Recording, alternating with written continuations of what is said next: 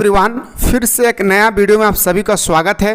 और इससे पहले मैंने आप लोगों को सेट 1 से लेकर सेट 3 तक बहुत ही अच्छी तरह से कवर करवा चुका हूं। जो भी स्टूडेंट्स नहीं देखे आप अच्छी तरह से प्लेलिस्ट में जाकर देखिए, सारा चीज़ आपको मिल जाएगी।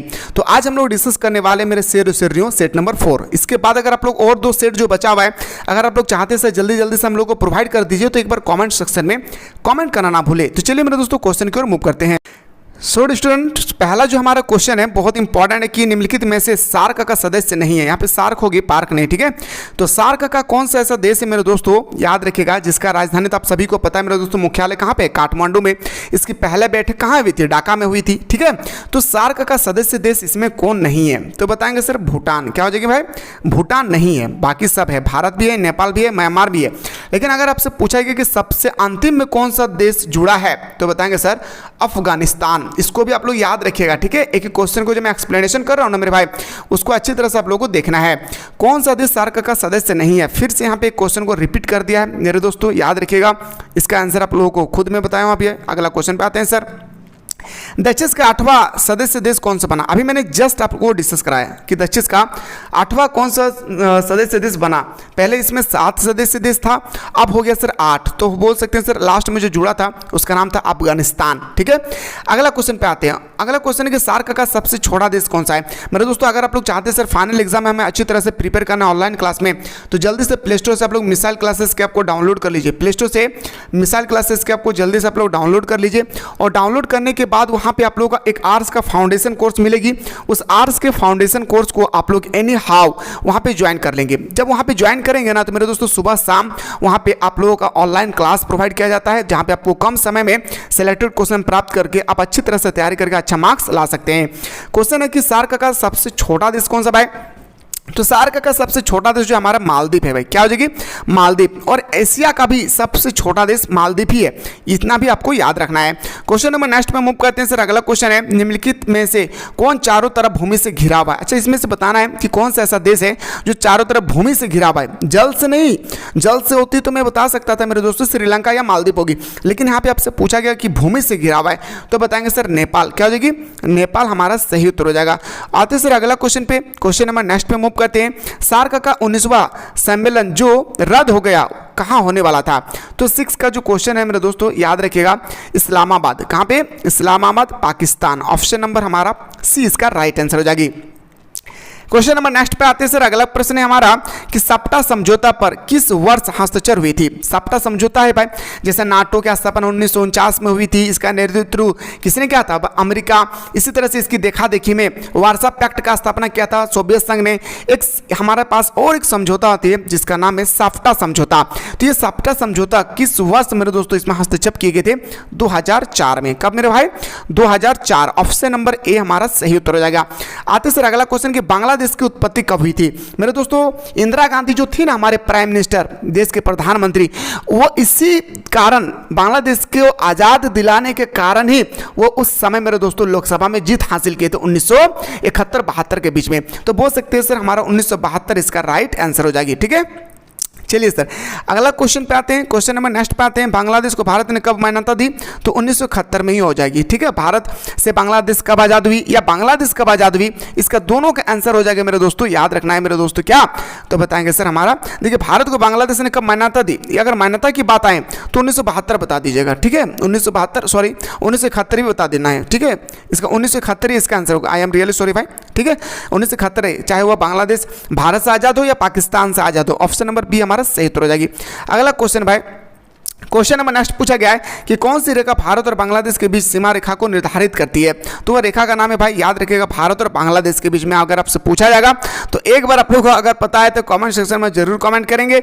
लेकिन मेरे दोस्तों एक बात मैं बता दूं, याद रखिएगा जो मैकमोहन रेखा है, मैकमोहन रेखा ये भारत और चीन के बीच में है। रेड क्लिफ जो रेखा है मेरे भाई, रेड क्लिफ रेखा ये भारत और पाकिस्तान के बीच में स्थित है, ठीक है। तो आपसे पूछा गया है मेरे भाई भारत और बांग्लादेश। आप देखिए मेरे दोस्तों डूरंड रेखा आप यहाँ पे थोड़ा सा कुछ इनमें से कोई नहीं होगा, ठीक है, इनमें से कोई नहीं, इसका जो भी ऑप्शन होगा बी और सी तो नहीं होंगे, दोनों में से जो भी आंसर होगा आप कमेंट सेक्शन में जरूर बताएंगे कि सर ये आपने होमवर्क दिया था, इसका आंसर सही है, फिर मैं आपको रिप्लाई करूंगा, ठीक है। आते सर अगला क्वेश्चन पे, शेख मुजीबुर रहमान किस देश के प्रधानमंत्री थे? शेख मुजीबुर रहमान जो है बांग्लादेश के प्रधानमंत्री थे, और हाल ही में हम लोगों ने मेरे दोस्तों बहुत ही अच्छी तरह से बांग्लादेश के हालात के बारे में हम लोग रूबरू हो चुके हैं, और शेख हसीना कैसे भागकर चले गए। फरक्का समझौता किन दो देशों के बीच संबंधित है? फरक्का समझौता होती है मेरे भाई भारत और बांग्लादेश, क्या होता है, भारत और बांग्लादेश के बीच में फरक्का समझौता होती है। आते हैं सर अगला क्वेश्चन पे कि संयुक्त राष्ट्र संघ की स्थापना कब होती है? पूरा डेट याद रखना है संयुक्त राष्ट्र संघ के बारे में, 24 अक्टूबर याद रखिएगा 1949 को 45 को, ठीक है। इसके बारे में कुछ बता रहा हूँ, इसको ध्यान से सुनिएगा, वीडियो की स्किप मत कीजिए। इसका मुख्यालय अगर आपसे पूछा जाएगा तो न्यूयॉर्क बताना है। इसमें इसका जब गठन हो रही थी, संयुक्त राष्ट्र संघ की जब गठन हो रहा था उस समय देशों की संख्या कितनी थी? तो बताएंगे सर 51 था। प्रेजेंट टाइम में कितना आ चुकी है सर? 193 आ चुकी है, ठीक है। इसका कितना अंग है? तो बताएंगे सर 6 अंग है। कितना अंग है भाई? 6 अंग है, ठीक है, इतना सारा याद रखिएगा। अगला क्वेश्चन पे आते हैं सर, क्वेश्चन नंबर नेक्स्ट पूछा गया संयुक्त राष्ट्र संघ की पूरा डेट बताइए कि इसकी स्थापना कब होती है? 24 अक्टूबर 1945 को। ओके सर, अगला क्वेश्चन पे मूव करते हैं कि 1945 में संयुक्त राष्ट्र संघ की स्थापना उसके मौलिक सदस्य में से कौन था? तो बताएंगे सर हमारा प्यारा सा देश हो जाएगी भाई, कौन? भारत। भारत जब हमारा संयुक्त राष्ट्र संघ की स्थापना होती है उसी समय भारत भी उसका सदस्य देश बनकर तैयार था, और उस समय 51 देश शामिल थे। क्वेश्चन नंबर नेक्स्ट पे आते हैं, और अच्छा लगे तो मेरे दोस्तों अपने प्यारे प्यारे दोस्तों को जरूर शेयर कीजिएगा। बाकी इसके बाद कौन सा सब्जेक्ट के बारे में देखना चाह रहे हैं इसके बारे में भी आप लोग कमेंट सेक्शन में कमेंट करना ना भूले। संयुक्त राष्ट्र संघ में कितने अंग थे भाई? तो बताएंगे सर 6 अंग थे, ठीक है। चलिए अगला क्वेश्चन पे आते हैं सर। नेक्स्ट क्वेश्चन हमारा, किसकी सिफारिश पर संयुक्त राष्ट्र संघ की महासभा महासचिव की नियुक्ति की जाती है? Top of the most important question है, सुरक्षा परिषद, security council. Option number A हमारा सही उत्तर हो जाएगी। संयुक्त राष्ट्र संघ का वर्तमान महासचिव कौन थे भाई? संयुक्त राष्ट्र संघ के वर्तमान महासचिव है एंटोनियो गुटेरस। क्या हो जाएगी भाई? ऑप्शन नंबर ए हमारा सही उत्तर हो जाएगा। आते सर अगला क्वेश्चन में, क्वेश्चन नंबर नेक्स्ट में मूव करते हैं। संयुक्त राष्ट्र संघ के महासचिव एंटोनियो गुटेरस किस देश के निवासी है भाई? तो बताएंगे सर याद रखिएगा पुर्तगाल के। कहाँ के हैं? पुर्तगाल। ऑप्शन नंबर हमारा बिल्कुल सही हो जाएगी, डी इसका राइट आंसर हो जाएगा। आते सर अगला क्वेश्चन पे कि संयुक्त राष्ट्र संघ की सुरक्षा परिषद में कुल कितने सदस्य हैं? तो टोटल सदस्यों की संख्या पूछे तो मेरे दोस्तों 15 बताना है। कितना? 15। लेकिन एक बात याद रखिएगा, 5 होता है सर अस्थाई, ठीक है, और 5 को जो अस्थाई देश है उसका नाम याद रखिएगा, चीन, ब्रिटेन, फ्रांस, अमेरिका, और याद है चीन, ब्रिटेन, फ्रांस, रूस और अमेरिका, रूस, एक राशिया हो जाएगी।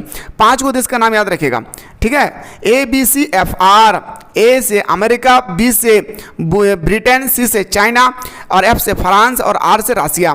5 देश का नाम याद रखिएगा। 5 को अस्थाई या 10 को है सर अस्थाई। अस्थाई सदस्य की संख्या जो है मेरे दोस्तों, इसकी जो कार्यकाल होती है बिल्कुल अस्थाई है, ये इसमें कोई भी चेंजेस नहीं हो सकती है, ठीक है।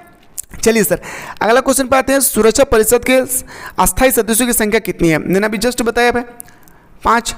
अस्थायी संख्या पूछे तो 5, अस्थायी पूछे तो 10 बताना है, ठीक है। सुरक्षा परिषद में अस्थायी सदस्यों की संख्या कितना है भाई? 10। सिंपल सा क्वेश्चन है। क्वेश्चन नंबर नेक्स्ट में मूव करते हैं सर।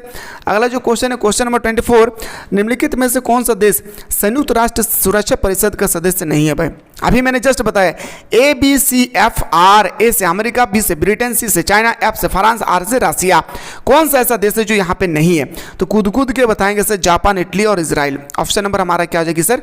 ऑप्शन नंबर ए हमारा सही उत्तर हो जाएगा। क्वेश्चन नंबर नेक्स्ट पे आते हैं सर। संयुक्त राष्ट्र संघ में वीटो का प्रयोग सबसे अधिक किस देश ने किया है? तो वीटो पावर होती है मेरे दोस्तों। वीटो पावर क्या है? मैंने क्लास में एक बार ऑलरेडी मैं समझा चुका हूं। तो वीटो पावर का सबसे ज्यादा अगर प्रयोग किया था तो हमारा अमेरिका ने। किसने किया था भाई?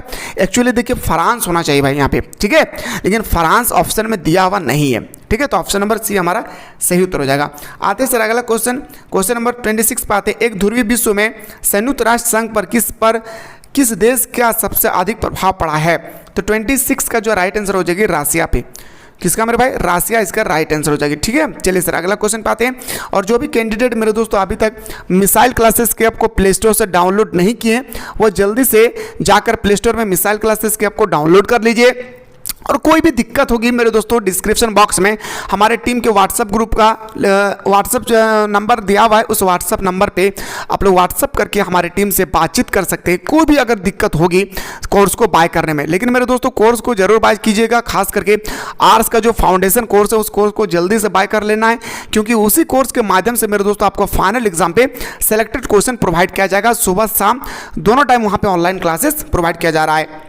आपसे पूछा गया कि विश्व व्यापार संगठन यानी आपसे पूछा गया WTO वर्ल्ड ट्रेड ऑर्गेनाइजेशन की स्थापना कब होती है। इसका मुख्यालय जो है मेरे दोस्तों, मुख्यालय पूछे जेनेवा, इसका मुख्यालय कहाँ है भाई, जेनेवा में। लेकिन आपसे पूछा जाएगा इसकी स्थापना कब होती है, तो 1995 में। ऑप्शन नंबर डी हमारा सही उत्तर हो जाएगी। क्वेश्चन नंबर नेक्स्ट पे आते हैं सर। अगला क्वेश्चन है सर कि विश्व व्यापार संगठन निम्नलिखित में से किस देश का सबसे अधिक प्रभाव है। सर 28 का बिल्कुल राइट आंसर हो जाएगी हमारा भाई, general agreement on trade tariff. Option number हमारा क्या हो जाएगा सर, ऑप्शन नंबर ए हमारा सही उत्तर हो जाएगी। आते सर अगला क्वेश्चन, अंतर्राष्ट्रीय न्यायालय का मुख्यालय कहाँ स्थित है। जैसे मेरे दोस्तों अगर आपसे पूछा जाएगा ना कि वर्ल्ड बैंक का मुख्यालय कहाँ है, तो बताएंगे सर वाशिंगटन DC में। ठीक है, क्या बताना है, वाशिंगटन DC में। लेकिन आपसे यहाँ पे पूछा गया कि अंतर्राष्ट्रीय न्यायालय इंटरनेशनल कोर्ट ऑफ जस्टिस, तो बताएंगे सर ये हमारा द हैग में है। द हैग कहाँ का राजधानी है, नीदरलैंड में स्थित है। ठीक है, अगला क्वेश्चन में मूव करते हैं। और ये तो मैं सेट 4 दे रहा हूँ, अगर आप लोग चाहते हैं सर सेट 5 सेट 6 भी हम लोग को जल्दी से प्रोवाइड कर दीजिए, तो कमेंट सेक्शन में कमेंट करना ना भूले। मानव अधिक परिषद की स्थापना कब हुई थी। 30 का जो हमारा राइट आंसर हो जाएगी 2006 में। कब होगी भाई, 2006 इसका राइट आंसर हो जाएगी। तो सेट 3 तक मेरे दोस्तों अभी हम लोगों ने कंप्लीट करके 4 भी कंप्लीट कर लिया है। 5 और 6 अगर देखना चाहते हैं तो जल्दी से आप लोग कमेंट सेक्शन में कमेंट करना ना भूले। मिलते हैं इसी तरह से नेक्स्ट सेट।